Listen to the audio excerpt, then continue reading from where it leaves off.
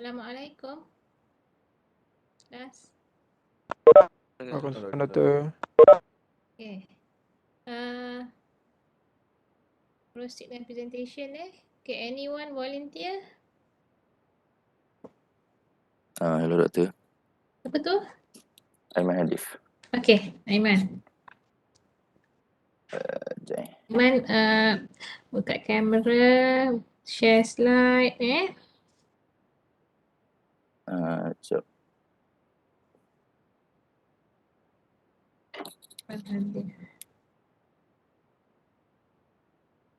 Nampak slide?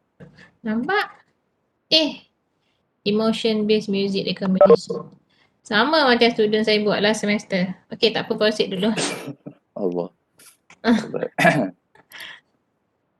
Okay, without further ado, good morning, Dr. and my fellow classmates. Today I will be presenting my separate presentation of emotion-based music recommendation system using deep learning algorithm. So without further ado, let's look at the situation. So what's wrong with the music recommendation?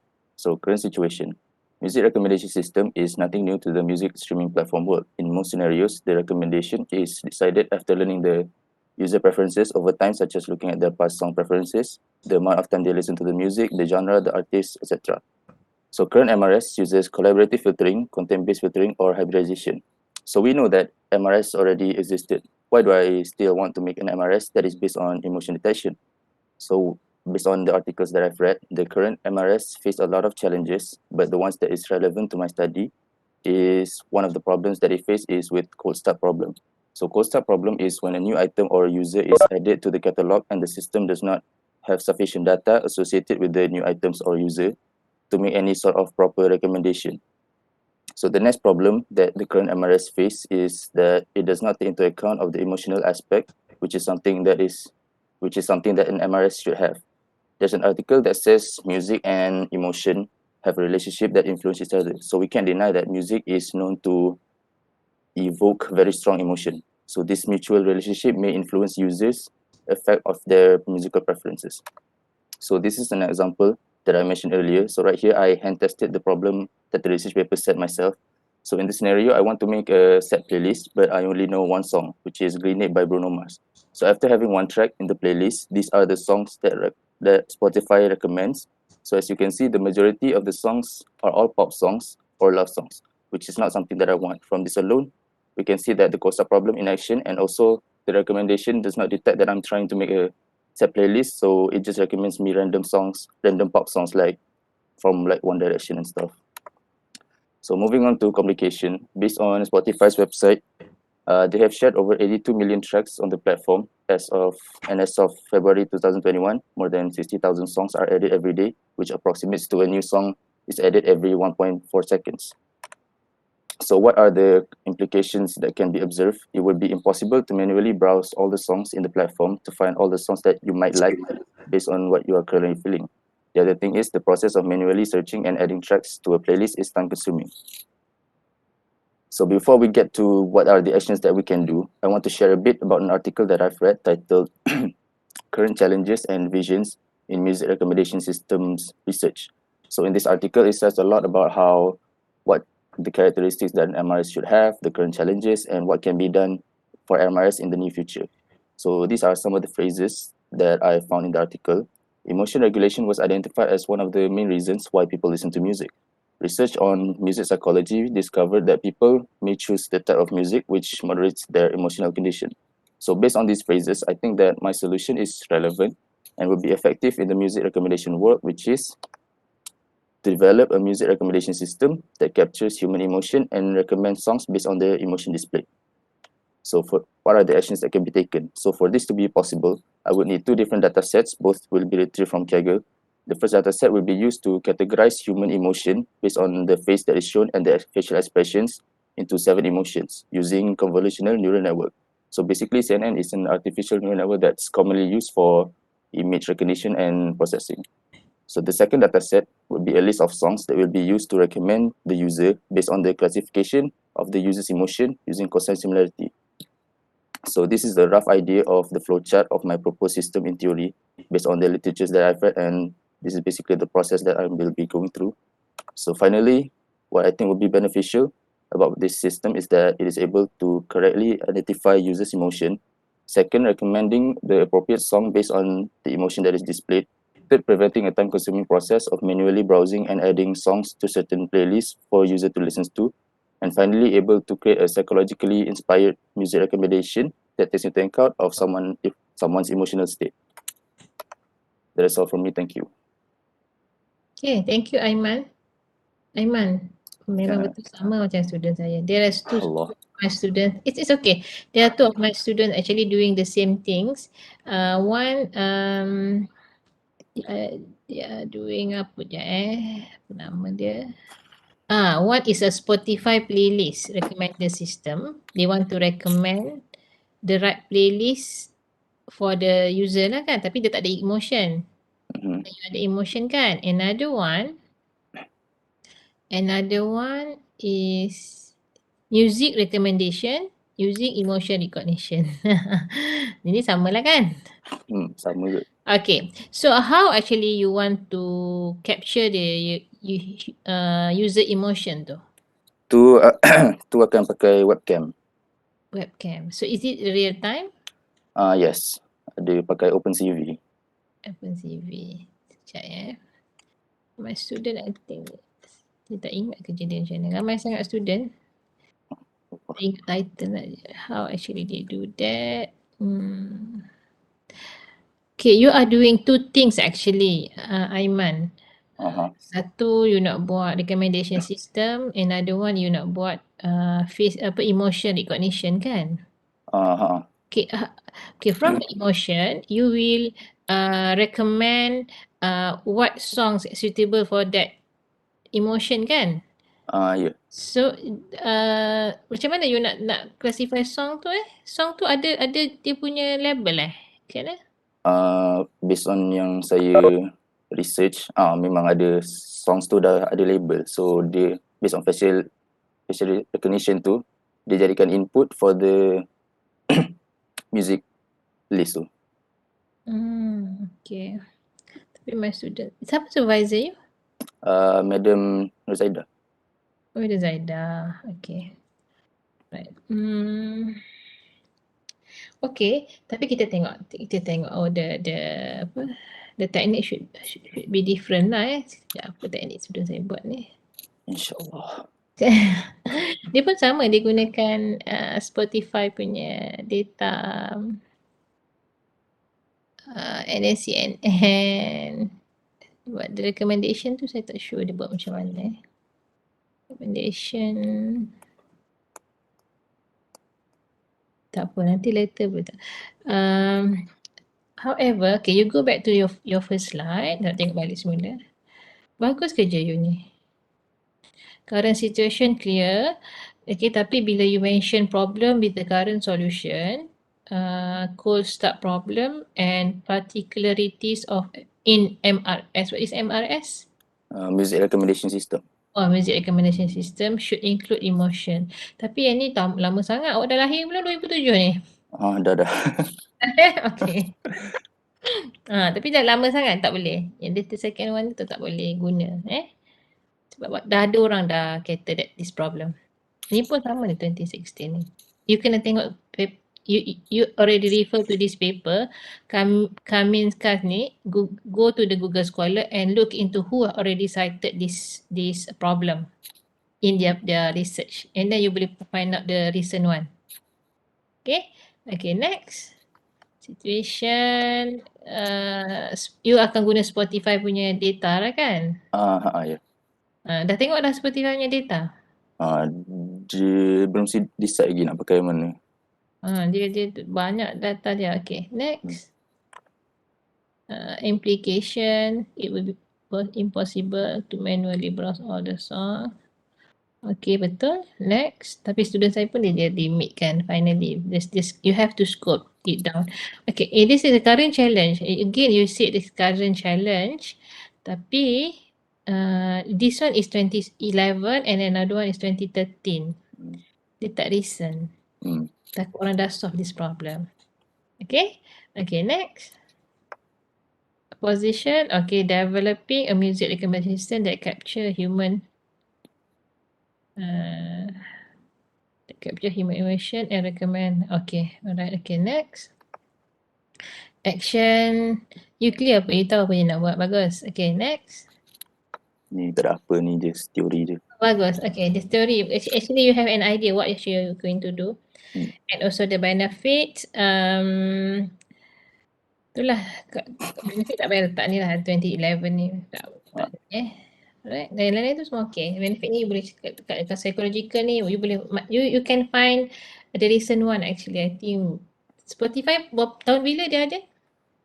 2000 tak ingat. You kena tengok itu kan. Lepas tu mungkin banyak orang buat research on that. Dia memang ada site untuk buat research kan on their data. Ada. Okay. Okay, ada lagi? Next, ada lagi? Tak ada, tu je. Okay. Thank you, Aiman. Alright, thank you, Doktor. Okay. Doktor, nanti kat GC tu nak upload, nak submit yang ni slide ke nak buat dalam Word? You submit slide tu. Slide je. Semua submit tu. Saya nak kena fair semua orang. Saya tak boleh kata awak kena betulkan and then submit tak. You submit je yang tu. Okay? Alright, thank you, Doktor. Okay. Okay, next. Sekejap, saya dah stop share screen dah. Okay. Betul-betul. Alright, thank you. Next, siapa nak ni? Attendance kelas Siapakah? Doktor, saya nak try present boleh? Boleh, Amir. Okay. Alright, sekejap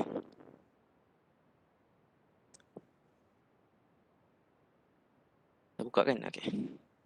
Macam mana nak share ni ni? Kat bawah. Okay. Okay, PowerPoint. Sekejap ya. Amir supervisor Yes, sorry doktor. awak. Oh, Sir Razif. Oh, salah. Okay. Sekejap ni dah nampak kan? Okay. Project simulation tau. Banyak sangat saya jumpa project simulation. Kelas CSP600 is project what? Saya tengok You Future, dia tulis project simulation. Ya ke? Your future ni pun. Saya ambil You Future je. Project simulation? Are you sure? Sekejap saya tengok.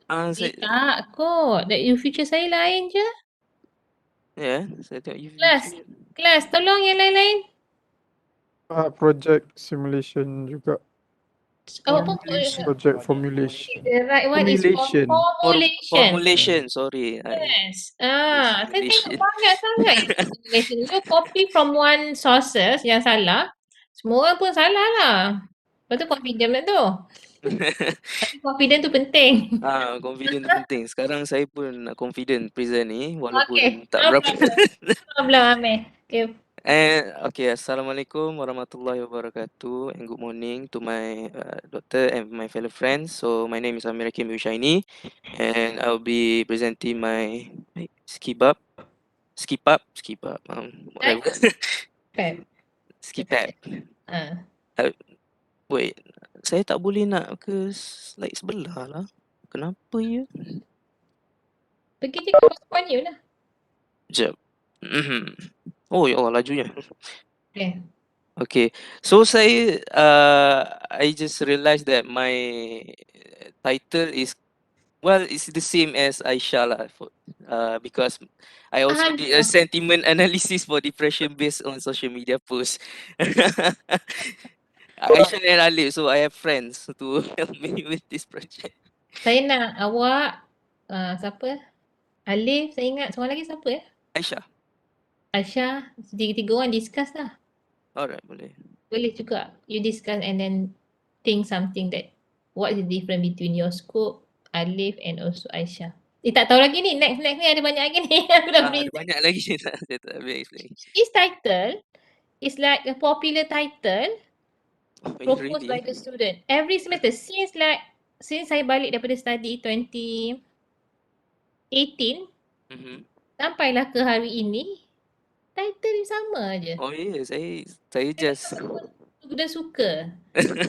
yeah, because for me like student really struggle with the mental health problem lah sebab Tapi you all tak your research tak bagi apa-apa pun pada apa yang berlaku. Nothing. Significance tak ada. Oh, okay. Kerja ambil mine, data banyak-banyak. Betul lah, finally apa yang you buat? What's next? Okay, so next.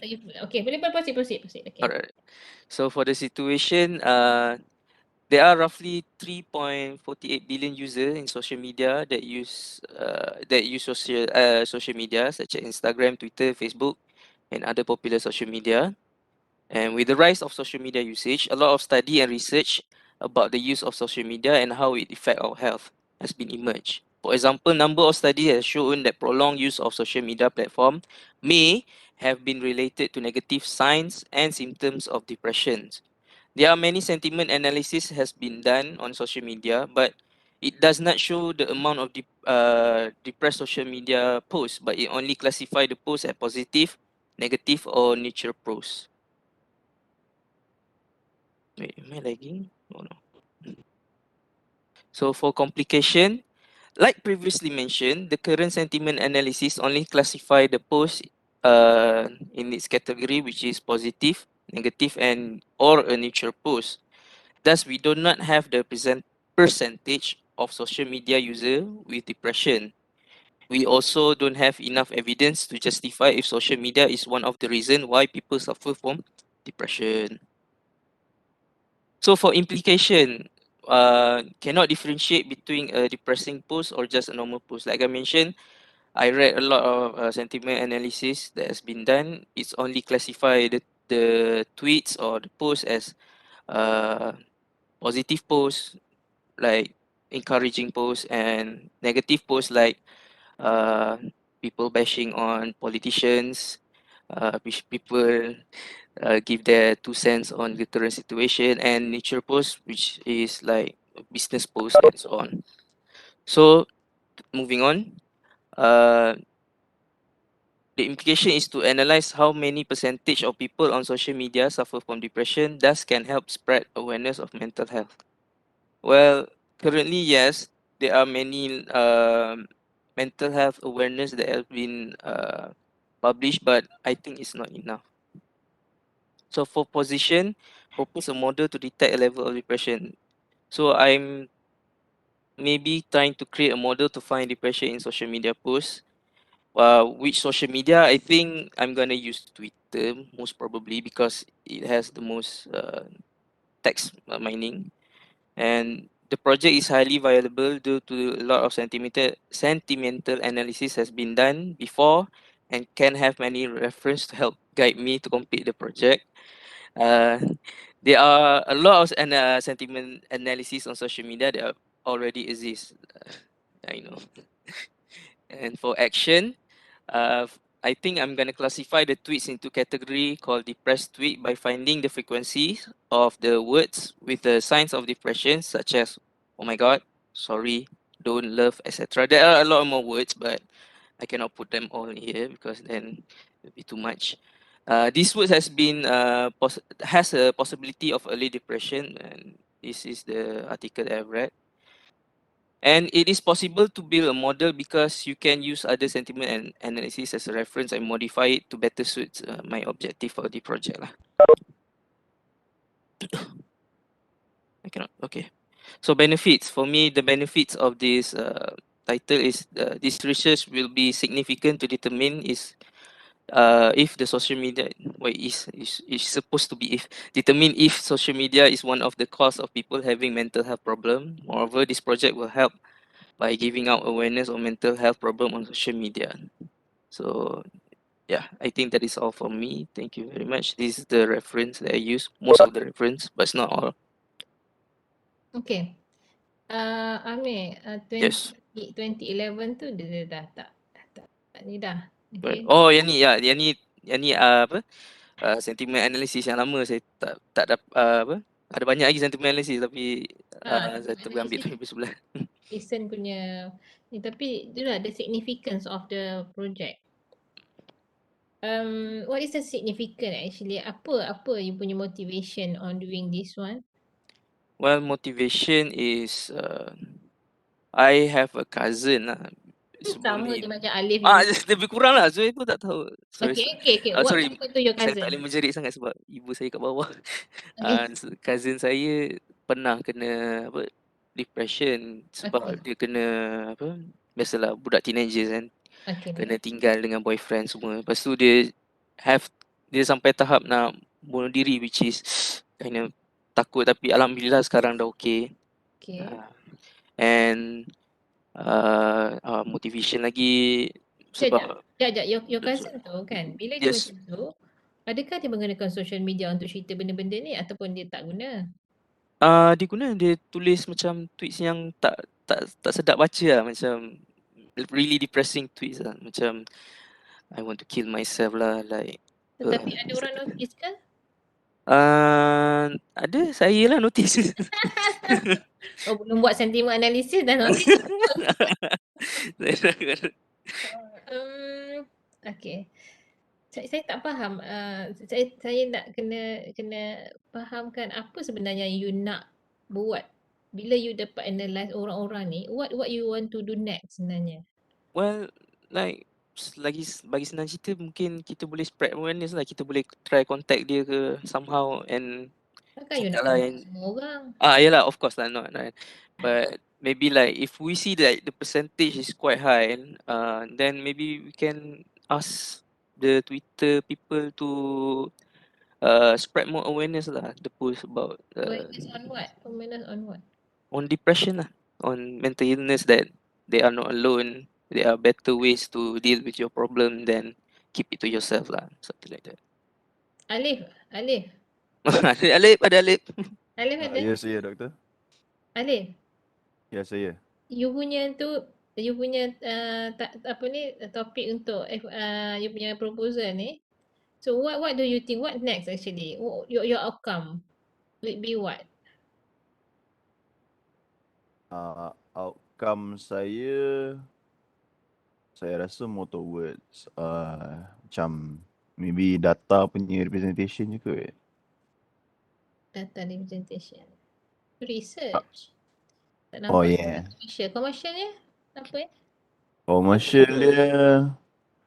Commercial dia saya pun tak present hari tu, dan saya masih juga blank juga kat situ. Tapi Apa sebenarnya?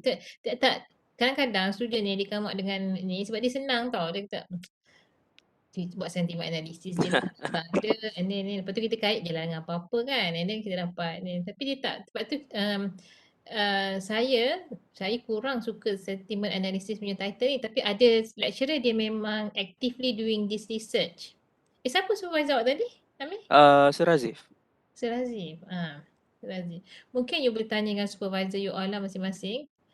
What can you do more than only analyze the text tu?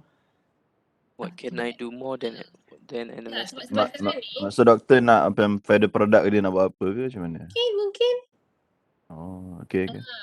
ataupun you can help psychologist kan, ataupun counselor. Diorang ni kalau jumpa, diorang akan bila dia jumpa patient kan, dia jumpa siapa-siapa yang dia punya klien ke apa kan, dia akan tanya juga kan, dia akan tanya, dia pun akan buat research on dia punya social media. Lambat kan? Lambat juga lah kalau buat tu. Kalau Kena tengok satu. kena tengok satu-satu kan. So you already analyse that. You can fikir yang tu lah. Okay. Itu membantu you untuk buat something yang lebih baik lah daripada apa yang you dah propose ni. Like quite simple. Tak nak macam ni. You all ni pandai-pandai. Buat yang canggih-canggih sikit, meletup-meletup sikit. Tahu? InsyaAllah kalau Alright, diberi doktor. peluang. Okay. So you discuss dengan supervisor. Tanya dia orang macam mana. Cakap saya komen macam boring lah. Okay. This is a serious issue. Mhm. It's a serious issue, but actually from 2018 what I have looked into so many project, tak ada apa yang membantu pun. Dan sekarang you all pula kena buat juga the same project, kan? Understand. Mungkin you can look into the previous report tu lah, apa actually finding diorang, and then improve from that pun okay juga. So doktor punya nasihat sekarang, like saya cakap dengan Sir Razif, lepas tu cakap kat Sir, projek saya boring. Dr. Azliza cakap projek saya boring. Yalah, so that dia Macam mana? bagi idea yang lebih nampak Alright. ni lah. Okay. Tak, sebab saya bukan, kalau orang lain, saya expectation saya untuk kelas awak ni quite high sikit sebab you all ni bagus-bagus. You bagus-bagus. So you can do more than what actually you already ni lah think about. Tak apa, ni baru that brainstorm je. Alright. Nanti later you akan dapat lah. Okay, sebab banyak lagi yang tak clear kan. Macam bila you refer artikel pun, you refer yang lama. Ada artikel lama 2019. Betul. Tapi 2020 is good. Alright. Nampak pun nama Melayu kat situ. Saya Zulkarnain. Okay. Yeah. Okay, thank you Amir. You're welcome. Sekejap, macam mana nak stop sharing ni? Saya tak. Atas. You scroll atas. Kat atas ada tak? Sekejap Oh ya, ni dia. Stop sharing. Okay. Okay, Alright. next. Thank you, Doktor. Saya boleh tak? Apa tu? Aini. Okay, Aini. Ini.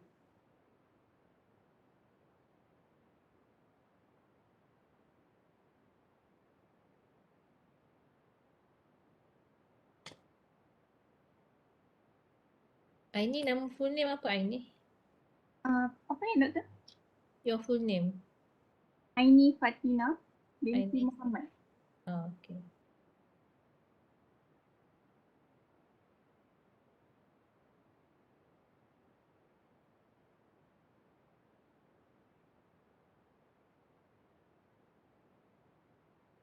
Assalamualaikum warahmatullahi wabarakatuh. Doktor dengar macam bising kipas tu? Tak ada. Tak ada. Okay. Hmm. Assalamualaikum warahmatullahi wabarakatuh. And good morning to doctor and friends. Today I will present my CSP for my FYP.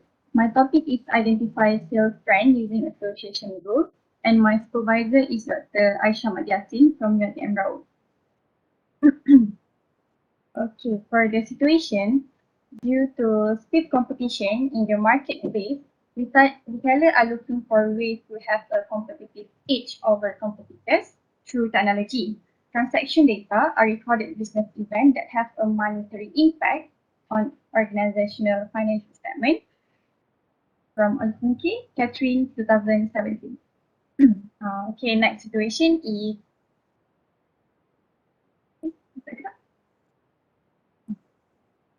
some companies face some challenges such as how to extract much data into meaningful information for decision making, especially in terms of promoting their products. For the complication, because the company don't know how to extract large data into meaningful information, they tend to choose the wrong decision making to promote their product. Secondly, the marketing method that they use is not optimal and efficient because the product or item set are not displayed to potential customer based on customer purchasing pattern.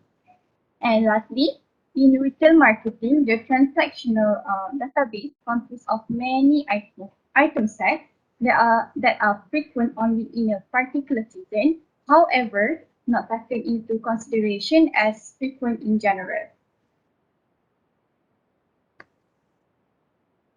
Next, for the implication, some of the products produce a low level of revenue for the company and they might face some loss.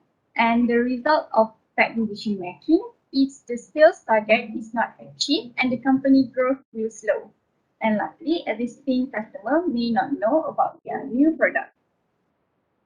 For the position, I will use association rules using a priori algorithm and time series analysis from Python library to identify the pattern of customer purchase or the sales pattern for a particular season and in general. Okay, next for my action, we'll extract interesting correlation, frequent patterns, and casual structures among set of items in sales dataset. Okay, lastly is the benefit. First, it is easy in making decision to determine sales strategies, what is suitable to apply. And second, we can predict this pattern of sales trend. Thirdly is from the transactional database, we can extract frequent item set for a particular season and in general. And lastly, the revenue can be increasing and the sales target can be achieved. That's all, Doctor. Okay, thank you Aini. Aini pergi dekat first slide balik semula. First slide, The title. situation, Title. title.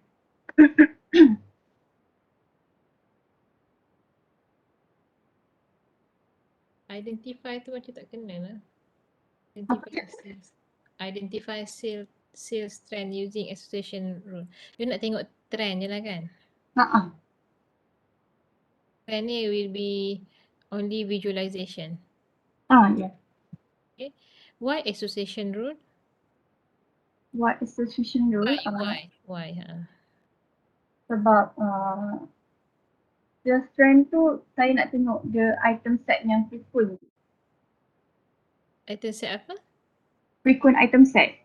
And saya tengok daripada Google banyak guna association rule. Oh, okay. Nanti kita tengok dia punya reference. Betul ke? Okay, next. Sales trend. Okay, data you will be what? Your Data plan. ada yang saya dapat. Plan you nak buat macam mana? Data daripada mana? Data saya dapat daripada Kaggle ada dapat satu. Lagi satu saya dapat data set daripada supervisor juga. Okay, your data will be historical data, okay? Betul. Okay, next. Tengok situation. Okay. Situation, okay. Next. You kena belajar citation ni, tak salah citation kat bawah tu. Okay, next. Okay, complicationnya tu biasalah bila kita tak dapat tu. Okay lah, faham. Okay, next. Complication. Implication will be product revenue. Okay. Next. The action you are using association. Tak dekat sini kenapa you guna time series analysis? Sebab mula-mula nak guna association rule saja, tapi supervisor cakap kita improve, tambahkan guna time series untuk yang particular season tu. Awak belajar ke time series? You tak tahu? Awak ada kelas belajar time series? Tak ada. Tak ada To identify patterns. Pattern ni macam simple sangat bunyi dia. Ada tak kelas you belajar untuk buat association rules? Data mining? Ada SEM lepas tak salah saya? Data mining? Betul? SEM lepas. Association rule ni buat macam mana? Saya pun tak ingat. Tak ingat. Dia very simple saya rasa ni. Tapi tambah time series tu okey lah. Time series analysis tu. When you add time series analysis, you have to add this one to your title. Okay. Tambah title action, extract interesting correlation. Dia bunyi je extract ni. You nak guna Python eh? Dia tak Guna Python. WK ke? You belajar buat association rule ni guna WK kan? Betul tak? Saya pernah belajar guna WK. Betul WK. Kalau WK simple sangat lah. Okay, next. Simple sangat kalau tu. Next, action benefits Benefits je lah. Visualization tu. Tak apa. Okay Aini. Saya tak nampak macam simple lah tapi mungkin depends on your data set. Data set will be akan nampakkan how complex is your work later. Okay, tak ada data sikit-sikit ni, kena data banyak. About 20 years ke, baru kita nampak trend. Kalau 2 tahun, setahun tak nampak trend. Okay? Okay, Alright. Dr. Aini. Ya. Thank you. Welcome. Okay. Next. Doktor. Yes. Saya boleh? Afiq. Okay, Afiq. Alright. Sekejap.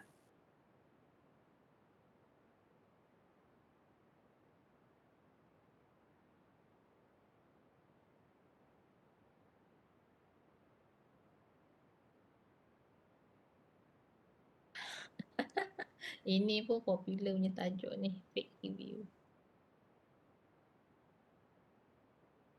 Skypep. PAB tau. B tu benefit belakang. Afiq. Okay.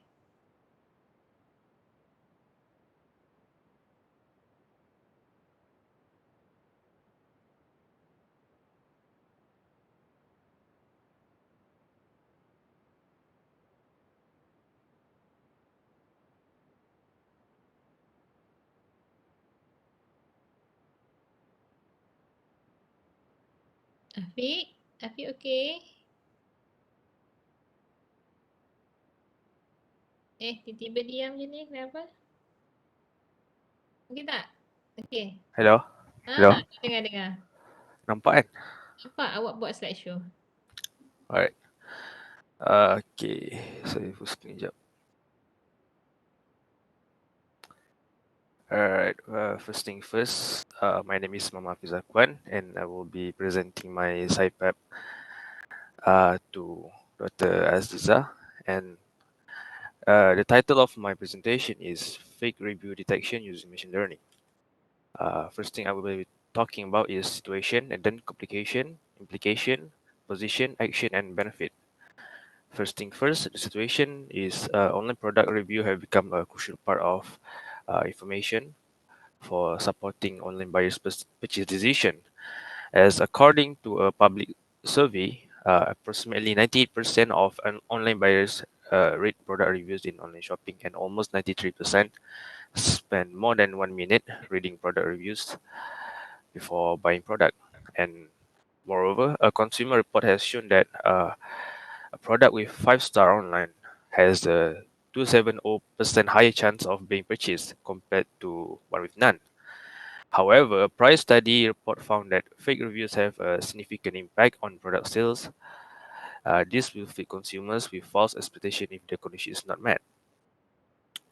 The complication of this project is that people write unworthy positive reviews about products to promote them, and there are also malicious reviews that are given in order to damage product reputation. This makes review has a higher value in the marketplace. The implication, all right, this may cause consumers to have a difficult time in choosing their ideal product since they can differentiate between the good ones and the bad ones. Uh, this is because the fake reviews can artificially deflated or inflated the product's reputation. And the position is to propose a fake review detection, and the action that I'm planning to do is to do some data processing and feature extraction and sentiment analysis, and then we proceed to do some fake detection and compare the results between different algorithm. And the benefits that consumer will be able to spend their money on online product wisely with the right expectation of the product. That's it. Thank you. Thank you Afiq. Afiq, You say. punya pun sama je macam Amir tadi. Mm-hmm. What will be next? Macam mana sistem ni? How the systems will work? Your project will work? Will work as in macam Doctor? Contohnya kan, kalau saya nak tahu review tu kan, adakah saya kena masuk copy tu letak dalam awak punya sistem ke, boleh tahu ini fake ke tak ke, macam mana? Saya plan untuk like kita ambil URL and kita basically like macam search box, and then kita search and then dia can pop up kan percentage to plan dia. And only percentage lah maksud dia. Yeah. To fake or ini that one is a genuine one or the original one, macam tu. Bukan. Fake ni apa sebenarnya? Fake ni dia ada banyak interpretation dia. Ada cakap like spamming, ada cakap like untuk nak tambahkan reputation produk tu, ada untuk like nak burukkan produk. Maksudnya tak real lah. Maksudnya orang yang buat tu dia bukan bagi review on the product but to ada purpose. Macam nak ada untuk advertise produk dia. Tapi memang kita boleh detect Dia tak adalah percentage dia, ada yang dapat tinggi, ada yang dapat rendah. Sebab tu yang saya implement sentiment analysis tu, sebab bila kita dapat differentiate yang the bad one and the good ones, kita dapat like differentiate. Sebab I've read some papers, they cakap most of the fake ones they either like really good or really bad sebab dia nak boostkan sales tu kan. Kalau dia buat like 3 star, so macam effect dia sikit lah, and then dia kena buat lagi banyak kan, nak spam tu kan.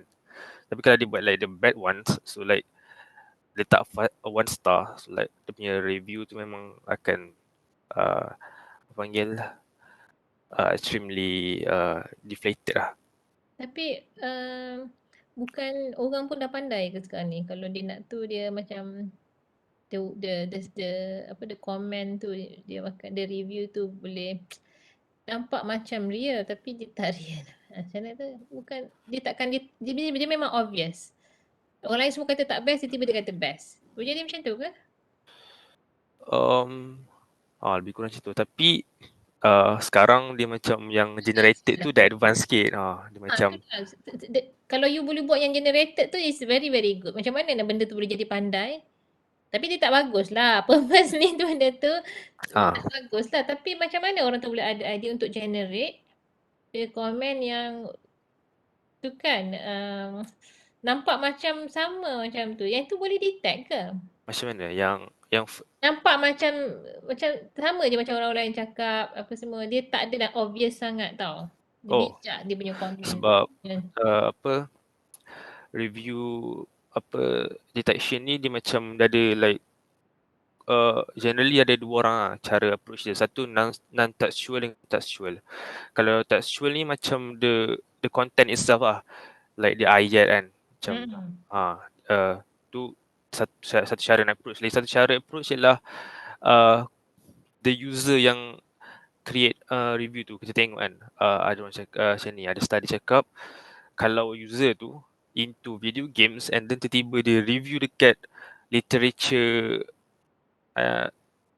punya stuff macam books kan. So macam like really contradict. So macam tu antara yang betul. Kalau dia obvious macam dia obvious orang lain kata tak suka tiba-tiba dia setuju suka tu nampaklah macam tak betul kan? tapi dia masalah dia sebab dia terlalu dia punya ratio dia terlalu tinggi membuatkan orang macam let's say kita pergi like Amazon kita tengok 5 star tapi sebenarnya 5 star tu kebanyakan ni dah fake review. So macam kita as user ni bagus kita beli. Lagi satu macam macam non-textual kan. Dia nama dia behavioral punya method lah. Masa kita tengok behavior user tu. Ada user tu baru create semalam and then dia dah like bagilah banyak gila dah. 5 star, 5 star, 5 star kan. Mungkin you boleh personalizekan user lagi cantik kot title ni. Apa title tadi? Fake review kan? Ya. Kau tukarlah sikit kot buat apa ni customer ke personalization ke yang boleh kita tahu on review. Maksudnya kita tahu kalau orang macam ni review dia mesti macam ni. Itu tak ada lah orang buat research macam tu tapi nampaklah lain sikit kan. Jadi macam finally you come out dengan presentation tak ada apa yang membantu. Kalau you boleh come out dengan like personalized user tu kita tahu kalau macam ni je kriteria dia kita dah tahu dah ini mesti fake. What do you think, Afiq? Maksudnya come up dengan pattern dia. Yes. You personalize user banyak-banyak ni you groupkan dia. Tapi bukan ke pattern tu pakai untuk like Tu kena fikirlah tu. ya. But I give you an idea. You think about that. Okay tak kalau kita personalize and then when you see the patterns of this group of user, kita boleh tahu yang ni group ni memang group fake lah ni. Semua apa-apa pun dia memang kan fake. Sebab kita nampak daripada pattern apa yang dia comment and apa yang dia review. Yang Sebab ni memang mungkin lah. Saya tak tahu. Saya just give idea lah. ya, sebab ada study ni dia ada like dia compare dua. Satu dia pakai machine learning, satu lagi dia pakai like veteran macam orang lah. Betul. Apparently dia dapat like machine learning tinggi lagi lah sebab manusia ni macam yelah dia punya limit kan. Kalau saya bagi pattern takut macam misleading lah sebab bila ayat orang kan dia jadi macam ada setengah cakap I mean words can be confusing kan. Like Itu that is a challenging in the text reading. The challenge tu. sebab kalau saya kemak dengan pattern takut susah sikit lah. Dia macam pelik. Awak takut tapi tak apa. You boleh discuss tak apa you baca lagi banyak-banyak. Then you need to come up with something like I want to see your final output which is actually significant and really helps the user later. Kan tak nampak macam finally you come out dengan dashboard je. Apa benda ni daripada data you keluar dashboard ni. Tak nak lah. Okay, what will be your final outcome? Itulah yang percentage kita letak Betul. URL then So, dia any URL can be put itu saya kena figure balik lah. Saya plan yang Google review tu sebab It's supposed to be apa-apa lah kan, because of yelah, bila kita ni kita nak dia generic, apa-apa pun boleh based on model you. Okay, model yang you dah design. Tak apa Afiq, baru lagi boleh fikir later. Okay, boleh thank you. boleh. Siapa supervisor you, Afiq? Dr. Shoes. Oh, Dr. Shoes. Boleh describe Dr. Shoes? Sekejap. Macam mana nak? Atas. Yes. Sekejap. You pergi okay. Thank you, Doktor. Okay. Doktor nak confirmkan nanti kita orang kena hantar slide je lah kan? You slide yang tadi tu, you hantar. After betulkan ke macam mana? Tak payah betulkan. Hantar yang tu. Sebab takut ada orang tak present lagi, nanti dia kata dah kena hantar. Tak fair lah. Tak ada. Alright, Sama Doktor. je semua hantar benda yang sama Alright, thank you. Okay. Next. Ada lagi? Siapa nak present? Hello, Doktor. Siapakah yang hello? Saya. Haziq, okay. Okay. Saya nak try present. Boleh. Doktor nampak saya? Tak nampak. Lawa rambut awak. Lebih daripada rambut saya ni. Okay, sekejap saya nak Berapa share. tahun dah rambut macam gini ni? Kat tahun lebih dah, Doktor. Kata kita depan tak boleh tau. Baik, Doktor. Tak masuk dalam ni UiTM tak boleh. Oh, okay. Uh, Sebab online je. Online bestnya online. Anak saya pun sama tau. Anak saya baru form 1. Nak rambut panjang lah macam acik ni. Macam mak. Macam mak. Laki ke perempuan ni cakap? Allahu Akbar. Asyik mak saya pun macam tu. Pening. Doktor nampak saya punya slide? Ya. Okay, I'll start. Okay. Alright. Assalamualaikum. A very good morning to my lecturer, Dr. Azliza, and also my friends. So today I will be presenting about my SciPap about age detection using facial recognition. So firstly, I want to say that yesterday I contacted Doctor about my project and I said I was actually lost about my FYP. But then after I open up to Doctor, I do my research again. Tiba-tiba I jumpa like satu research paper yang actually kena with my project. So, Kau jumpa paper saya tak on this? Saya ada buat paper on this. tak ada pula. Itulah pasal. Okay. Okay, it will be containing the situation, complication and implication, position, action, and also the benefits. So, as for the situation, as we all know that the internet has improved a lot in its technology nowadays. It has become the most widely available repository of information globally, and controlling the internet access by filtering is increasingly being seen as a necessary approach to the problem of inappropriate content for minors. So, forms of fraud connected to age and identity are on the rise in this era. The majority of cyber crimes nowadays are connected with incorrectly identifying people's age. So that is for my situation. So let's move on to the complication. Modern children are going out in the Internet of Things, the digital world, and they are very active on the internet. So some information which contain such as pornography, gambling, cruelty, drugs, alcohol, terrorism, vandalism, and other immoral habits have recently spread on the websites and social media that propagates undesirable moral and ethical qualities towards our children. So for the implication, from the year 2016 until 2020, the Gamblers Rehab Centers, GRC, in Kuala Lumpur and Klang has helped a total of 613 minors aged between 14 and 15. What a jarring number actually. And then Malaysians Against Pornography MAP survey found that in 2018 alone, 80% of Malaysian children aged from 10 to 17 years old have watched pornography intentionally. On top of that, almost 89% of children aged between 13 to 17 were victims of online grooming. So as you can see here, the problem is very serious and we need to find a solution for it very soon. So for my position is I would like to propose a system that will able to detect someone's age and then the system will decide whether to grant or deny the person access to the website. And the action that I will be taking is building a system that will do facial recognition algorithm and then predicts the person's age by utilizing the convolutional neural network, also known as CNN, as the method to train the system. And finally, the benefits hopefully for the system is to be able to prevent minors from accessing unethical websites and being influenced from the bad sides of the internet, making the internet a much safer place for children to use and learn, and can prevent online grooming, and finally to prevent online frauds connected to age. And then lastly, thank you, and this is my reference. Okay.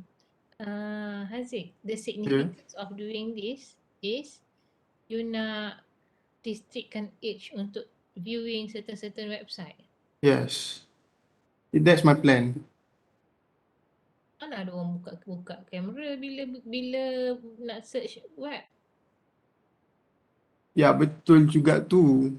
But then what I think that by doing this we can actually prevent lah from this thing becoming more serious.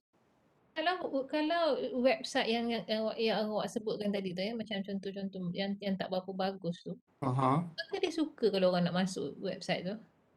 Apa dia kata? Bukankah memang dia orang suka kalau ada orang nak surf dia orang punya, nak masuk dalam website tu. Dia buat apa dia nak tengok umur-umur? Dia more to like macam Siapa yang nak restrict ni? Siapa yang nak restrict ni sebenarnya? macam maybe kerajaan Malaysia itself macam dia macam benda ni macam ethical, macam benda yang ethical. I guess sebab Malaysian I don't know, Malaysian government lah, macam ada je website yang dah kena ban tau. Macam like satu website yang memang obviously pornographic websites has been banned in Malaysia, but then ada macam boleh je orang access juga menggunakan VPN. So I think like benda by doing this it can actually prevent better lah. Mana? I think Mana tu? Dengan dah ban pun pergi cari VPN tak perlu pula tak kena tengok muka. Kan? You kena fikir yang itu tu. Dia tak nampak correlation between your age detection dengan yang tu. Tapi the idea is good sebenarnya. Memang betul dia punya apa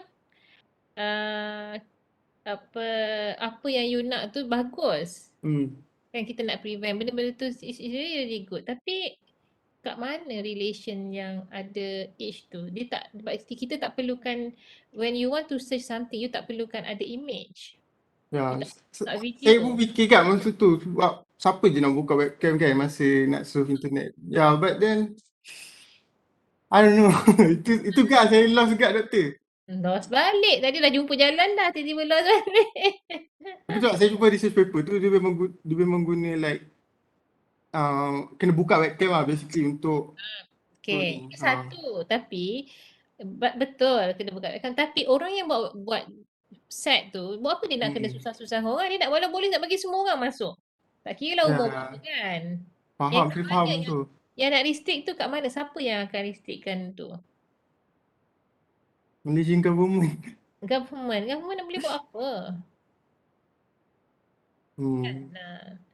Ada orang kata government kata sekolah kata ni lah sekali parents yang kat rumah. Dia kena buatlah blog pasang apa semua tu kan. Tapi tak pandai je dia buka kan. Pandai je dia unblock apa-apa benda site yang dia tak boleh apa semua kan. There's a way kan doktor. Betul. Apa Haziq? So how doktor saya?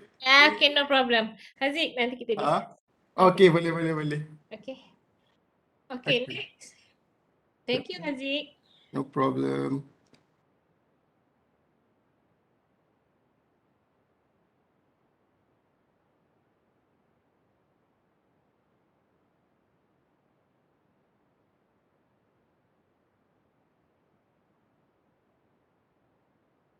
Okay, next tak? Siapa yang nak volunteer? Doktor, saya nak cuba. Siapa? Nurul Syazwina. Okay, silakan.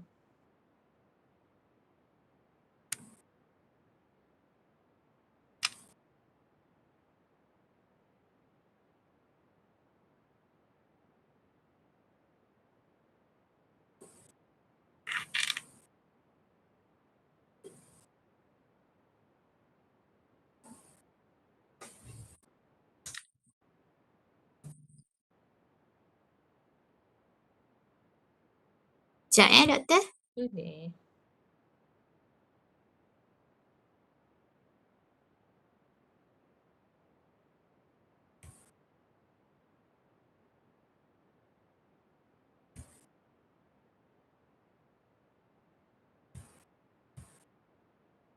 Boleh nampak slide ke? Boleh? Assalamualaikum warahmatullahi wabarakatuh to Dr. Azliza and all my friends. So today, my name is Nurul Syazwina. Today I'm going to present SciPac from my proposed title, which is Predicting Return Blood Donor Using Data Mining Techniques. So for the situation, in most countries, blood donors are someone who volunteered to donate their blood, and to ensure that hospitals can gain enough blood supply, many volunteers are required to donate blood regularly as the demand for blood is never ending.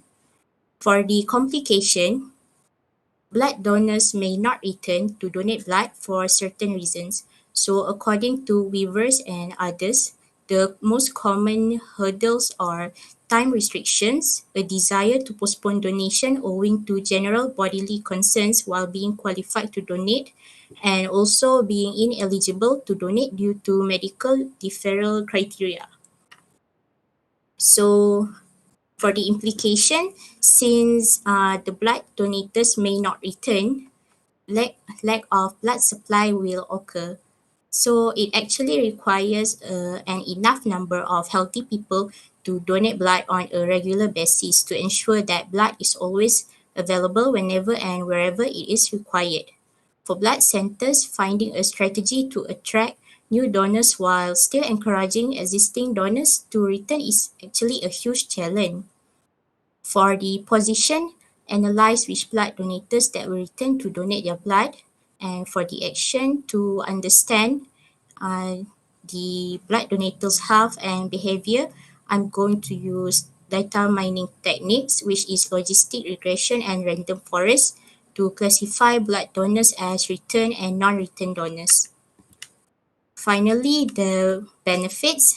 It can save people's life as women who have had issues during pregnancy or childbirth, children who have severe anemia frequently as a result of malaria or malnutrition, accident victims, and surgery and cancer patients all require blood. And the last one is return donor or allow blood banks to save time and money by not having to look for a new one. And these are some of my references. And that's all. Thank you. Okay, thank you Nurul. Nurul, who is your supervisor? Madam Shaifizat from UiTM Sungai Petani. Oh, okay. Predicting return blood donor. Macam mana nak cari data ni? Ada ke?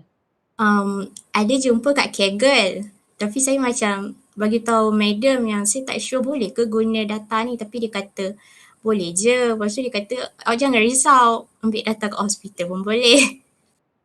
Hospital boleh, tapi susah. Saya ada apa? Saya memang ada projek dengan hospital. Dengan pengarah hospital. Saya cakap dengan dia saya nak data. Data apa boleh ambil boleh ni. Tapi bukan prosedur tu. Macam prosedur dia susah. Tak dapat sampai ke sudah. Dia memang susah sikit. Tapi kalau you ada data kat Kaggle tu, you kena faham attributes dia lah. Dia title quite interesting ni. Predicting return blood. Tapi you punya machine learning technique tu tak best sangat. Data mining technique. Next. Situation. Okay. Donor, tapi itu mungkin dekat negara lain lah kot Yang mana? Yang tadi yang dalam Kegel tu. Dari Taiwan tak salah. Application. Kenapa kita nak tahu, kita nak dia return? Sebab Tak minta orang baru macam awak ke apa semua tak pernah derma darah ni? sebab actually kita nak panggil orang untuk donor blood tu pun susah sebab tak ada awareness. So macam siapa yang pernah donor tu macam pernah donate tu. Dia memang ada possibility macam lagi. Kat kelas ni berapa orang yang pernah donate blood? Saya pernah. Wah, Benar. Oh, bagus. How do you feel bila dah tu? Rasa bagus.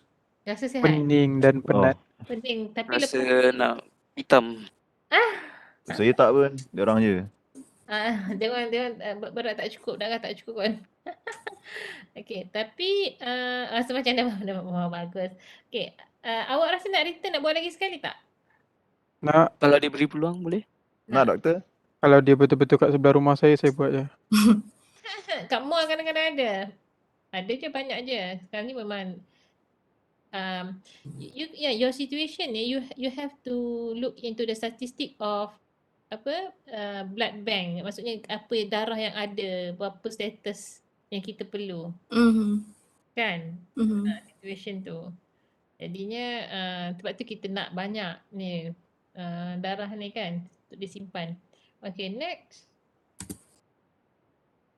Implication kalau orang tak derma lah kan. You punya implication ni kan. Kalau tak derma darah dan tak ada orang datang selalu. Okay, position, analyze which blood donator will be. Okay, action. Your action ni kat sini kan. Lah, you guna logistik. Kenapa you guna logistik regression? Actually untuk just classify as yes and no, macam binary punya outcome. Yes and no senang sangat. Yes and no. Itu pun dari research tu je baru baca. Okay, you can tambah sikit lah kat ni. Okay. For classifying blood donor as okay. But you punya kelas pun 2 je. Right? Okay, next. Kat benefit ni. Benefit ni memang betul lah, dia memang boleh. Kalau orang derma darah dia boleh save ni lah kan, kalau kita ada ni. The second one tu betul. Return donors allow blood bank to save money, to save time and money, not having okay. Tapi apa lagi? Apa benefit daripada you punya tu? You punya prediction tu? Kita lagi mudah untuk dapat macam mana cakap? Dapat data orang-orang yang selalu donate. Dapat data. Daripada data yang kita ada tu, apa yang kita boleh benefit kepada kepada hospital, kepada kena tengok yang tu. Yang nombor satu tu memang betul. Darah tu memang boleh menyelamatkan semua-semua ni. Tapi from your your proposal tu, apa yang you nak buat tu. Kita you betulkan yang tu. Okay. Kiranya benefits dia lah kena betulkan. Benefit tu yes, tapi tak payah betulkan sendiri. Not here. Better nanti I want you all to come up with your chapter 1. Okay, dalam tu nanti you mana-mana yang komen tu you betulkan kat situ. Cypap is like only brainstorm. Nampak apa benda kan? Ni kalau tak clear, kita betulkan and then you put this one in the significant punya section. Okay. The significant doing your project tu. Kan? Itulah return law tu. Yang second one tu betul. Yang satu. Okay. Semua darah memang boleh save people lah. Syazwani, thank you. Syazwina. Syazwina. Okay. Thank you, doktor. Okay. Nak tutup.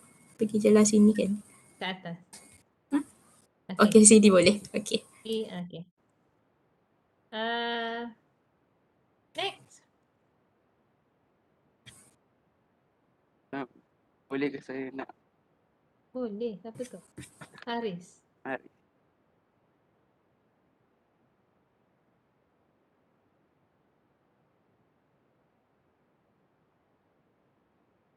Mana Haris? Haris apa namanya? Haris Fadilat. Fadilat. Okay. Supervisor apa? Dr. Yuzi. Yuzi. Okay. Boleh nampak ke? Wah, okay, water quality prediction. Boleh?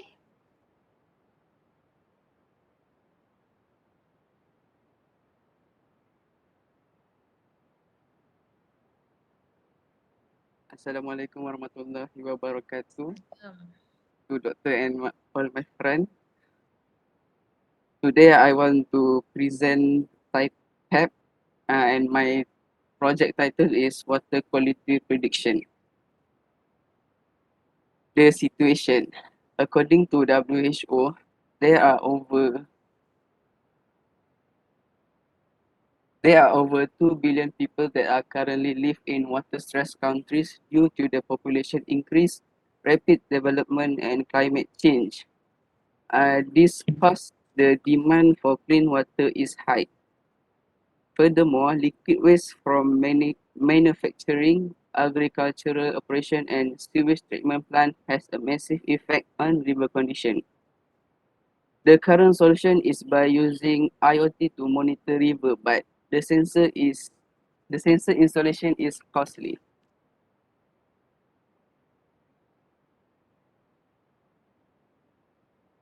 The complication is water pollution will occur, and Malaysian Department of Environment reports that 195 rivers are slightly polluted and 34 are polluted in Malaysia. The implication is clean water resources will be limited. Robinson state that every year poor water quality kills far more people than war and all other type of violence. And lastly, aquatic ecosystem will also be affected. The position is to create the water quality prediction model, and the main parameter to use to detect the water quality is biological oxygen demand, ammoniacal nitrogen, and suspended solid. The action is to develop the water quality prediction model and to develop the dashboard for the water quality prediction model.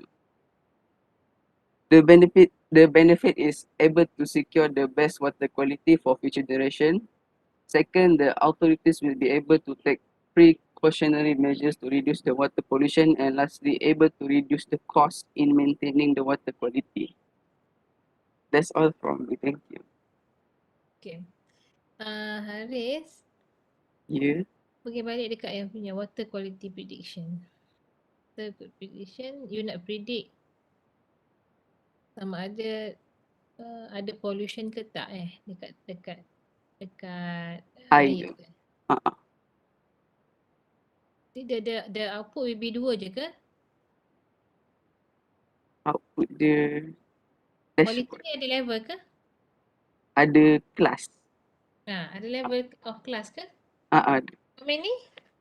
How 3. many? Apa dia? Kelas 1 sangat baik, kelas 2 intermediate, dan kelas 3 sangat teruk. What do you mean by sangat baik? Dia punya the water quality index dia. Okay, water quality index ni ambil kat mana? Dekat mana? Siapa yang tentukan indeks tu? WHO ke? Bukan? Ataupun ada agensi lain? Department of Environment. Department of Environment. Malaysia? Malaysia. Oh, okay. Dia memang kata ada 3 je quality. Ada 3 je. 3 je, okay. Pergi balik dekat you punya situation tadi. Situation, live in the water stress, water, okay. Use IoT. So how are you going to collect your data? Ada jumpa dekat data Malaysia. Awesome. Bukan data.gov. Okay, data JAV. Okay, awesome lah tu kot. Okay, data dia data pasal apa? How many attribute? Ada banyak. Banyak. Okay. And then the data is collected from which part of Malaysia?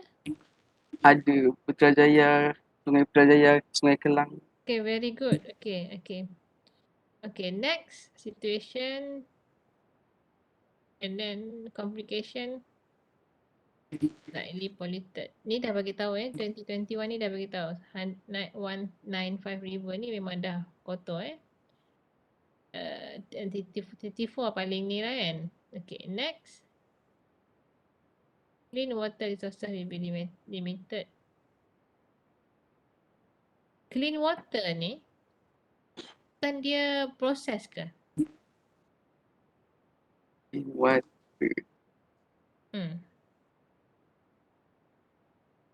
Water quality means apa yang kita ada kat rumah ke ataupun apa yang ada kat sungai?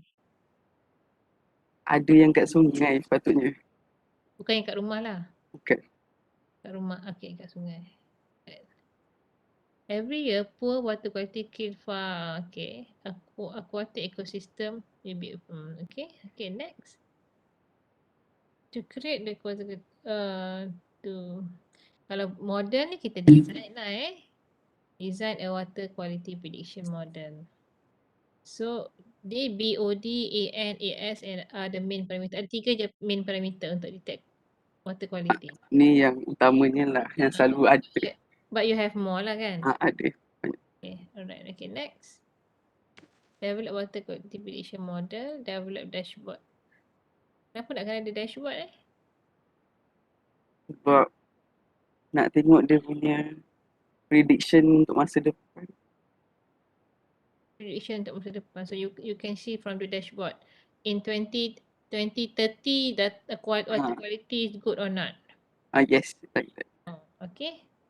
What will be your model, prediction model yang you plan to use? Next what? Action? Masih dalam perancangan. Okay, belum lagi ada kan? Belum Apple lagi. sekian. Okay. Okay, quite interesting tapi you need to do more analysis lah on this one. This is related to data and macam data analytics lah. Okay, your data is a lot kan? Tak. Tapi saya jumpa 100. 100 tak cukup lah. Sebab kena ada data. setahun. Kena ada data ni. Kena ada data time series. Korang ni berapa tahun dah? 10 tahun? Baru kita boleh tahu 10 tahun yang akan datang. Kalau sikit tak cukup. 100 tak cukup. 100 tak jadi. Apa ni prediction tu. Oh. Baik tak? Alright. Okay. Tak apa. Ada masa untuk cari. Banyak je orang buat research on this. Water quality. Thank you, Doktor. Alright. Okay. Thank you, Haris. Supervisor siapa? Yuzi kan? Dr. Yuzi. Okay. Next. Macam mana nak? Atas. Okay. Thank you, Doktor. Okay. Doktor, saya nak cuba boleh? Boleh? Cari. Okay. Alamak, macam nak buka kamera? Bawa kot. Video.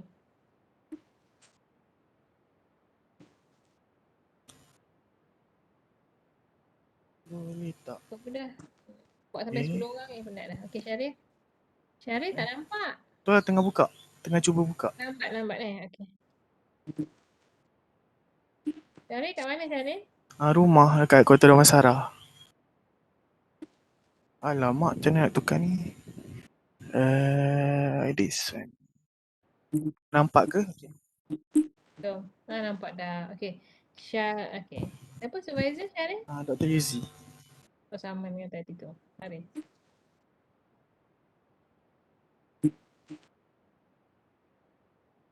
Nampak ke skrin? Nampak?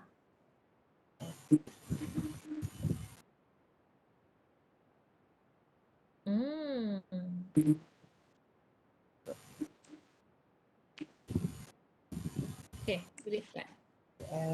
Keluar lagi. Apa sekarang? Okay. Assalamualaikum. My name is Muhammad Syahrir bin Muhammad Saleh. I will now be presenting about my purpose. Title is Recommendation System based on Sentiment Analysis on Malaysian Career Service Review. Okay, so the situation is, we know that Malaysians love to shop. After the pandemic outbreak, we appear to have moved our shopping habit to online platform. A retail survey has revealed that many as 22 million consumers in Malaysia are digital consumers, and online channels now play a 4 times larger role than offline channels. Between March 1st and October 31st, 2020, a total of 373,213 entities registered their businesses with the Companies Commission of Malaysia under the online category. Okay, the complication. According to Bernama, online trading activity has increased by 28.9% a month after movement control order MCO enforced on 18 March 2000. Is it 2019? It should be 2020 kan? 19. Because of that, there are too many career services to choose from. According to MCMC, as of 1 October 2021, there are 122 companies that are registered as logistic services. Implication. There are some video clips and photographs of workers of a courier company throwing parcels and shouting at the sorting hub has sparked concerns among netizens and dissatisfaction among those receiving damaged parcels. Outside customers have taken to social media platforms like Facebook and Twitter to complain to the courier service company about issues faced with their delivery service. Because of this, sellers and buyers are afraid and being skeptical on which courier that they want to use when they purchasing something from the online platform. Position to create a recommendation system based on courier service review that can be found in social media platform. The action. Firstly, I want to identify or predict the polarity of the review from social media platform, positive, negative, or neutral review. And then I like to develop model for sentiment analysis. Maybe around 2 to 3 techniques. And then I will identify the best model for sentiment analysis. After that, I will integrate the best model into recommendation system. So next, the benefit. Uh, the benefit is to have a better knowledge on what buyer seller opinion on their chosen courier service. Second, to get recommendation from the system for the first time buyer or seller. Lastly, to know which courier service is the best in Malaysia based on social media platform reviews. That's all. Okay, thank you Syaril. Syaril, you punya title interesting. Last semester ada student buat sentiment analysis on courier services. But you come up with a recommendation system. So recommendation system ni dia akan jadi macam mana? Your plan of the outcome? Maybe saya nak buat macam Will the input will be put into your system? maybe saya akan input the review and then dia akan keluar polarity lah. Satu and then keluar maybe dia punya dashboard on dia punya apa nama daripada review-review yang saya jumpa dekat social media platform. Input dia apa tadi? Apa? Input dia apa tadi? Input contoh saya ambil daripada Twitter kan, ayat-ayat macam Saya tak nak macam tu. Recommendation system dia tak perlu ada sentiment analysis tu lagi dah. oh. Okay. Macam mana? What will be your input? Macam mana? Tak fikir. Sebab bila you cakap macam tu, when you answer like that, Syaril, it shows that you are doing sentiment analysis sahaja. Okay. What will be the recommendation system sebenarnya? Apa recommendation system kat sini? So, maksudnya kena buat macam maybe some soalan-soalan yang maybe by filtering ke? Okay, saya nak post barang ni. Ha. Saya nak post barang. Saya nak guna sistem recommendation awak ni. Apa yang perlu saya input? Oh, maybe dari mana nak post ke mana. Lepas tu maybe nak tahu range harga. and then besar ke tak dia punya berat tu, so that nanti dia akan recommend the apa nama the Courier services. the courier service, ya. Courier company tu kan. Okay. Mm-mm. So the recommendation actually based on the review, right? Betul. Okay, nampak tu. Okay, pergi next. Implication 2021. Right, 2020. Okay, next. Ini aku kena betulkan ni Enforce 2019 pula. 2020 kan salah tulis. Because of that, too many courier services to choose from. SMC. Ada 122 company. Saya ada jumpa dekat MCMC, ada satu PDF ni, ada 122 services under courier/logistik. Tapi kita nampak yang betul major je lah, besar-besar je lah. Yang kecil-kecil pun dia orang ada jugalah kot kan. Betul. Okay. Next. Implication, video clip for there's some video clip. Dissatisfying. Okay, next. Implication. Position. Recommendation system. Okay. Social media ni apa yang you nak guna? Maybe Twitter. Kalau tak Twitter, Facebook. Antara dua tu. Boleh dapat data dia? Mungkin boleh.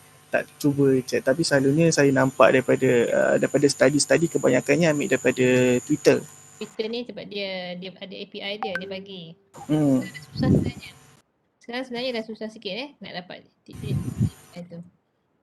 Okay, next. Position, action. Ini bukan action ni. Dia bukan action. Action ni is how actually you want to develop. Okay. Okay, alright.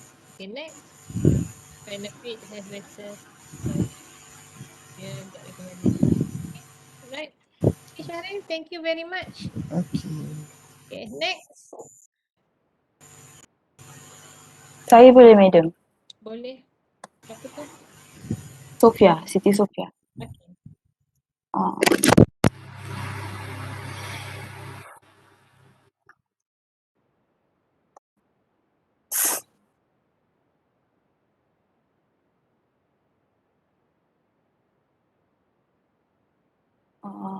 Sekejap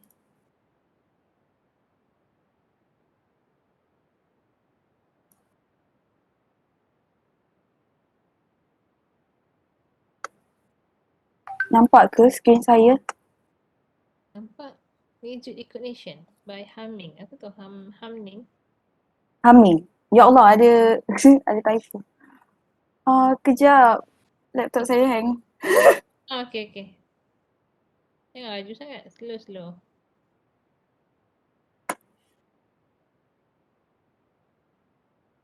Oh my god.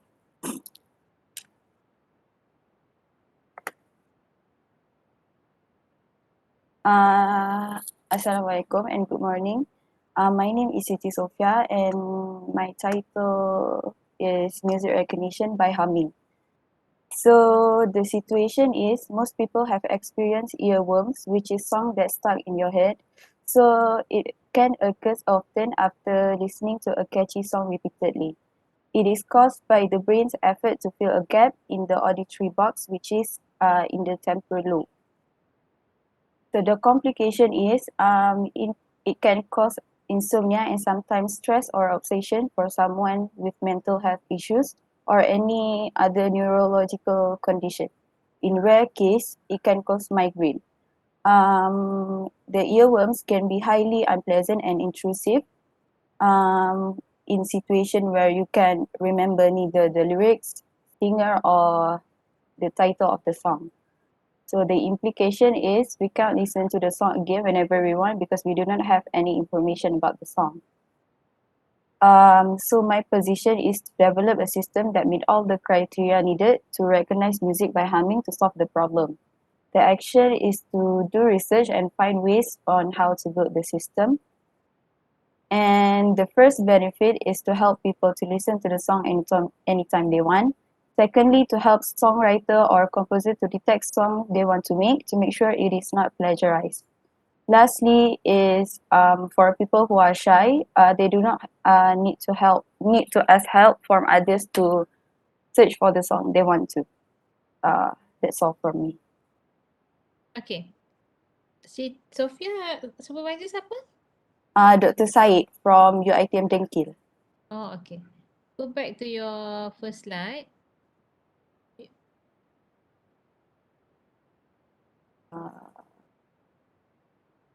Okay, music recognition.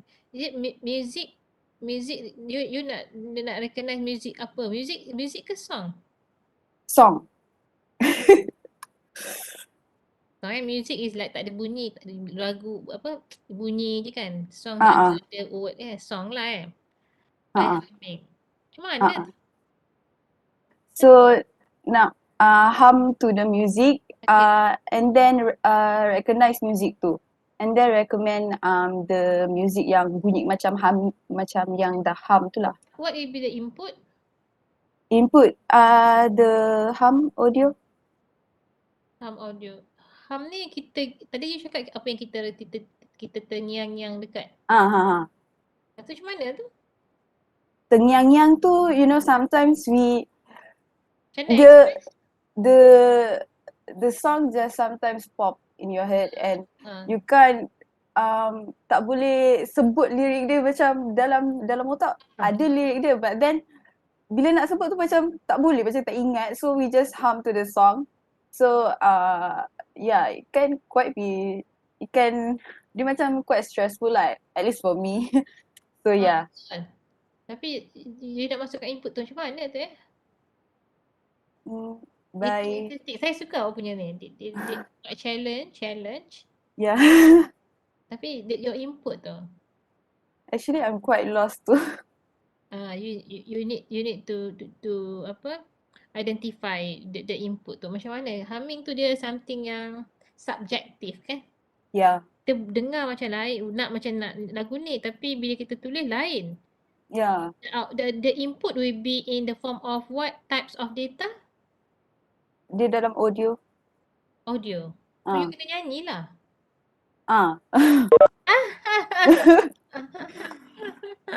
Tak nak saya nyanyi, malu lah.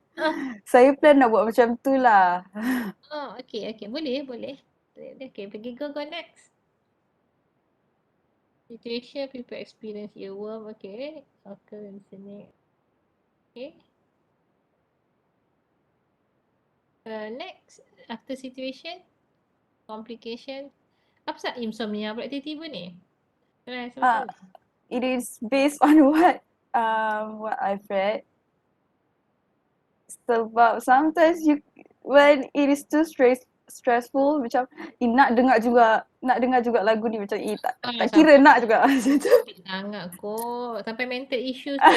Cari siapa tadi buat mental issues tak kot. Sikit je. Ni buat research macam tu I don't know. That's based on what I read, so.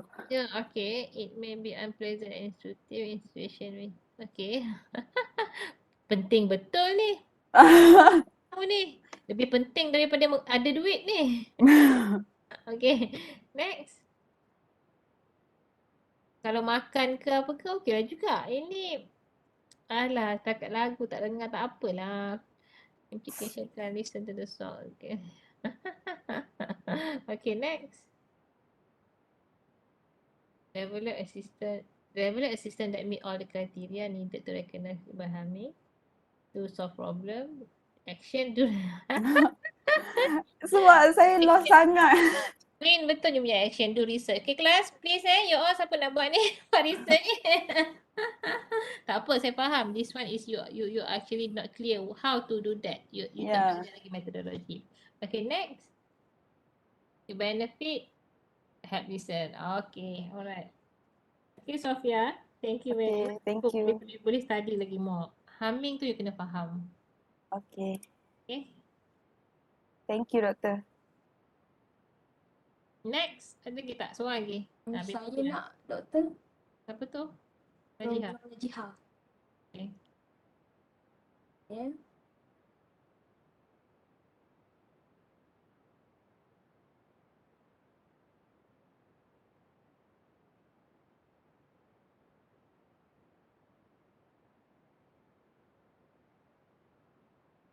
Product matching. Okay. Siapa supervisor you, Najiha? Najiha tak dengar. Dengar tak? Okay. Supervisor saya Madam Nurbaya dari Oh, UiTM Sungai Petani. okay. Okay. You may start now. Bismillah. Assalamualaikum and very good morning. My name is Nurajiha binti Farid. Today I'll be presenting my project motivation about product matching in e-commerce using deep learning. Okay, first of all, the situation is e-commerce is a growing industry that has become a notable part of many people's consumption habits. The advantages of e-shopping are the quickness and easiness by which one can make a purchase, as well as the exposure to a variety of sellers and products. With that, number of products sold on e-commerce platforms such as Shopee and Lazada has increased rapidly. As a result, customers have the choice of purchasing specific goods from a variety of online sellers. However, this abundance might be a disadvantage because there is a lot of uncertainty and inconsistency in the data. Even if the items are identical, the product titles and descriptions provided by each seller are different. Okay, due to that, despite the availability of product filtering, it is difficult for buyers to make a decision and navigate through the various options because many users are still confused and may refrain from purchasing. As a result, product searches become inefficient and purchasing decisions become more complex, resulting in a poor consumer experience. For example, if I were to search Maybelline eyeliner, okay, of course, Maybelline eyeliner products will be displayed, but other brands of eyeliner will be displayed also. So it makes it is difficult for buyer to make a choice. And then with that, we need to display products that are identical based on their images and title. For the action, product similarity is analyzed in the commerce industry using either a text-based or an image-based method. According to Maurice, one of the most recent use case options in this industry is the integration of text-based and image-based model for product matching. The positive outcome of this project is to produce accurate and dependable results so that it can improve the customer experience in shopping online by making sure distinct products are identified and matched as distinct products. These are my references. Okay, thank you, Najiha. Najiha, your title, please? Product matching. So means here your output will be one product, then what is the similar product? Macam tu ke? Bukan, a similar brand ke macam mana? Input gambar produk satu and then title dia, nama dia. Nama dia, okay. Then? And keluarlah pelbagai produk yang sama.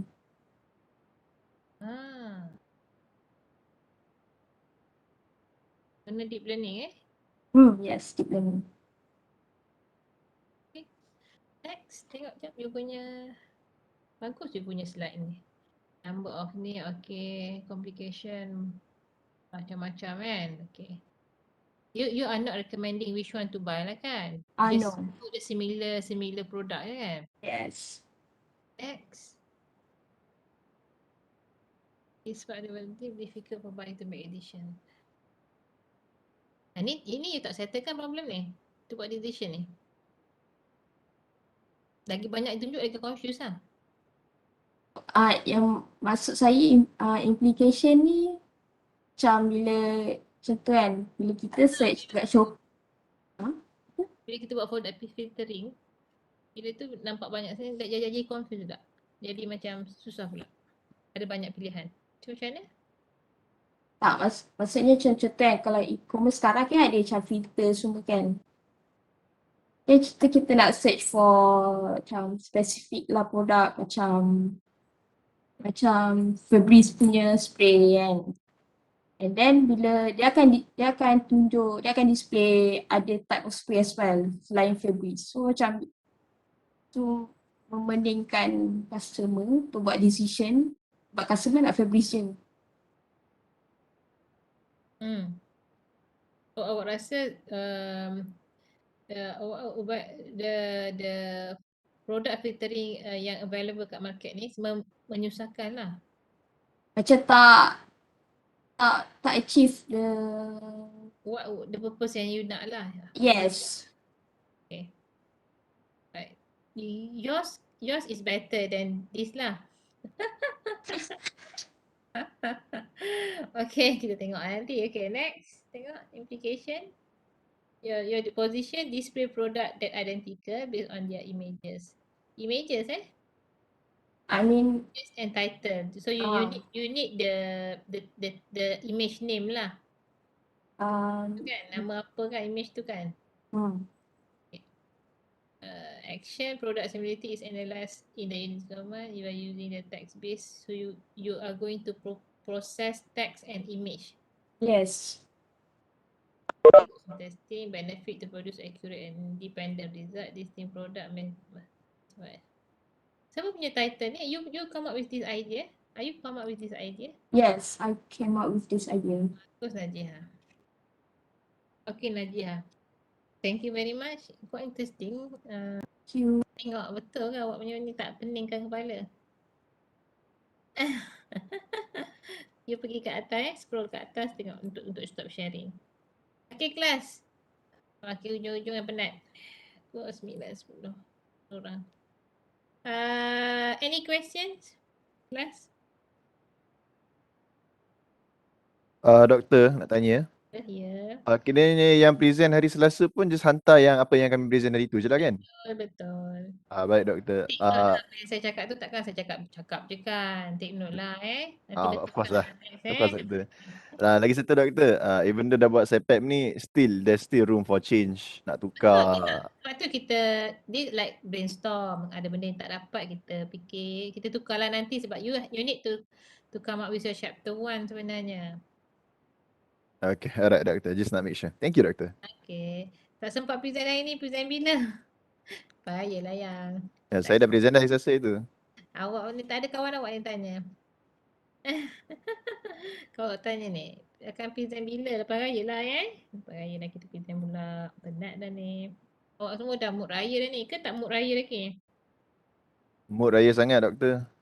Best ke Mood raya. Mood raya? Mood makan waktu kelas. What is the best about raya sebenarnya?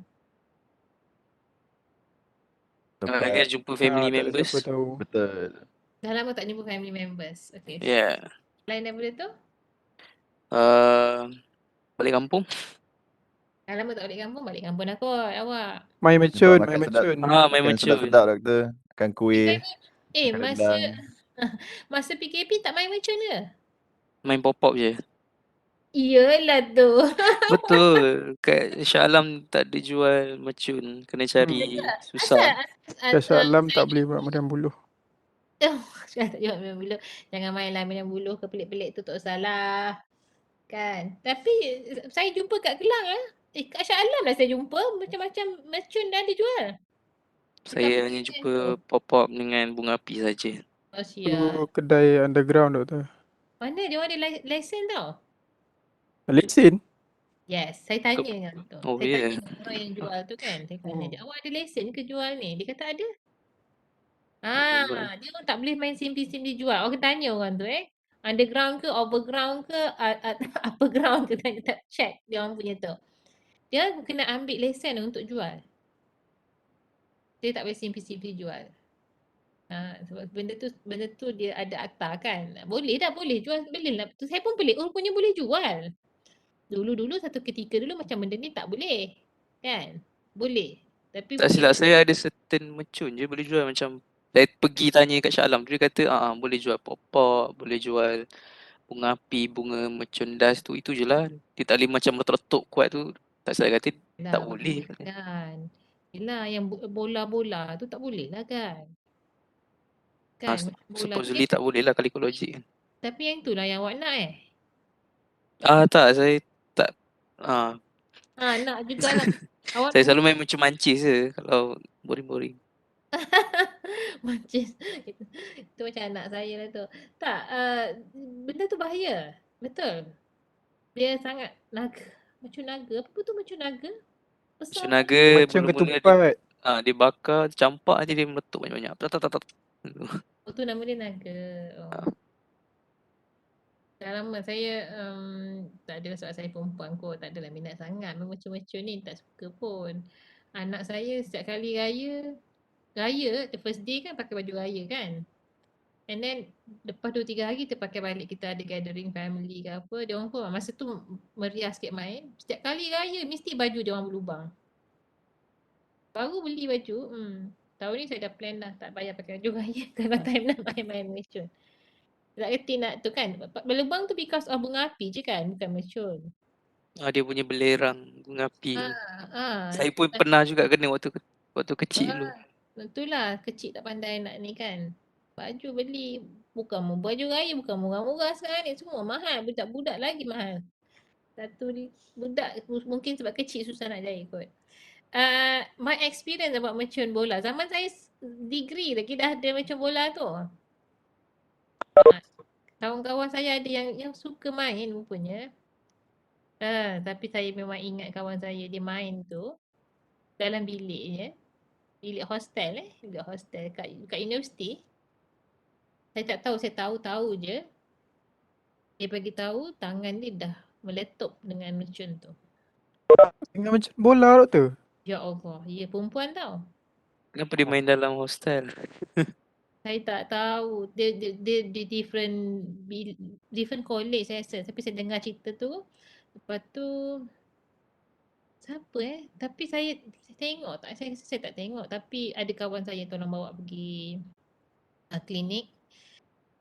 Dia pakai cincin tu macam cair cincin tu. Lepas tu tangan dia memang habis. Tapi alhamdulillah jari-jari tu semua okey. Tapi memang melecur habis.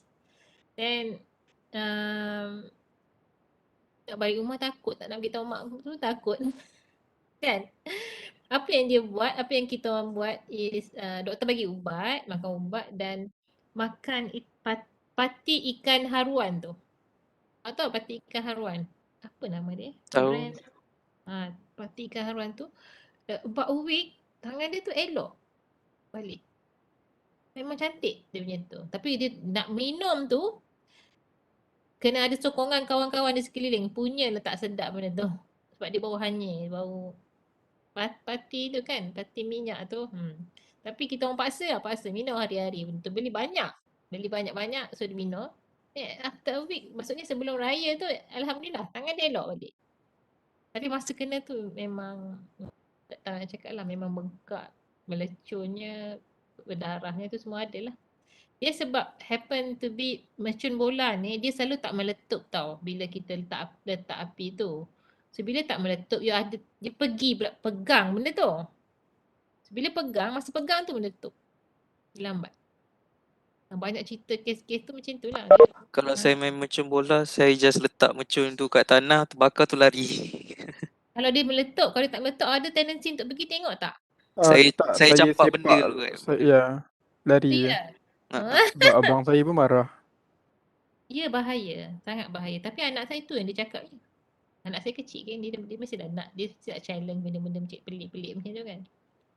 Ni lah saya tak bagilah, takut. Saya akan tunjuk news-news yang ni, tengok ni, orang ni tak ada tangan ni, orang ni hilang mata ni, orang ni ni. Ni semua ni. Bahaya. Benda bahaya. So you all jaga diri Raya ni jaga diri, nak kena balik-balik semula, nak habiskan degree kan. Seronok-seronok jalan raya, seronok. Jalan-jalan kena ni. Submit kat ni submit kat Google Classroom your slide.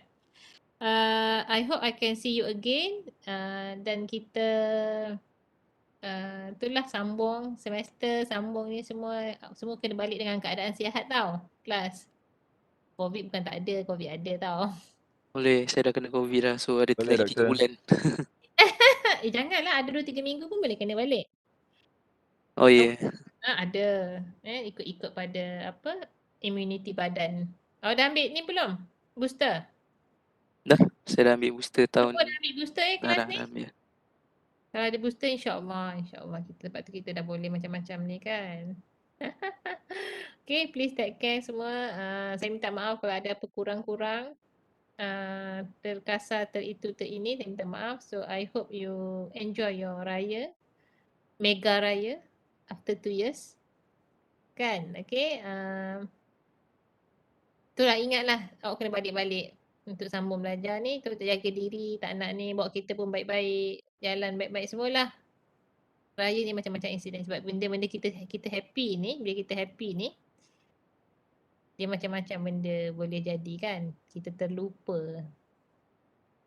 Okay, sebab tu kalau dulu mak-mak saya tu selalu pesan, jangan suka-suka sangat. Suka-suka sangat nanti ada benda-benda yang tak baik jadi. Bersederhana dalam semua benda. Okay kelas? So selamat Hari Raya. Kita jumpa balik lepas cuti insyaAllah. Okay kelas, thank you very much. Doktor. Boleh, doktor. Alright, aku 10 Doktor, saya ada soalan, doktor. Saya ada soalan. Apa? Saya soalan submission for this SIPEP kan untuk student yang tak present lagi. Submit Submit juga je. macam biasa. Submit je. Sebab tu saya tak kasi awak tukar. Okay, submit je. Semua orang submit sama je. Right, doktor. Thank you. Okay. Apa lagi tadi? Girls ni yang tanya? Tak, saya nak tanya soalan yang sama. Risau, saya tak present lagi. Nanti kan markah saya kurang lah. Saya tak dapat komen. Tak apa. You submit je the original one Semua orang yang dah present pun original one. Tak payah ubah you punya tu. Take the note, but the note will be, your correction will be in the form of your punya chapter 1 later. Right? Okay? Okay. Alright, doktor. okay. Thank you very much class. Assalamualaikum. Waalaikumsalam. Thank you, doktor. Raya. Raya. Doktor nak tanya, Hari Raya. Ya, Allah lupa nak record lah hari ni. yang untuk meeting dengan doktor yang lepas kelas ni kat mana, doktor? Kat sini juga ke? Ataupun nak buat Google Meet lain? Kat sini boleh? Okay, kita orang setia. Saya nak call dulu. Lupa saya nak record, sorry lah.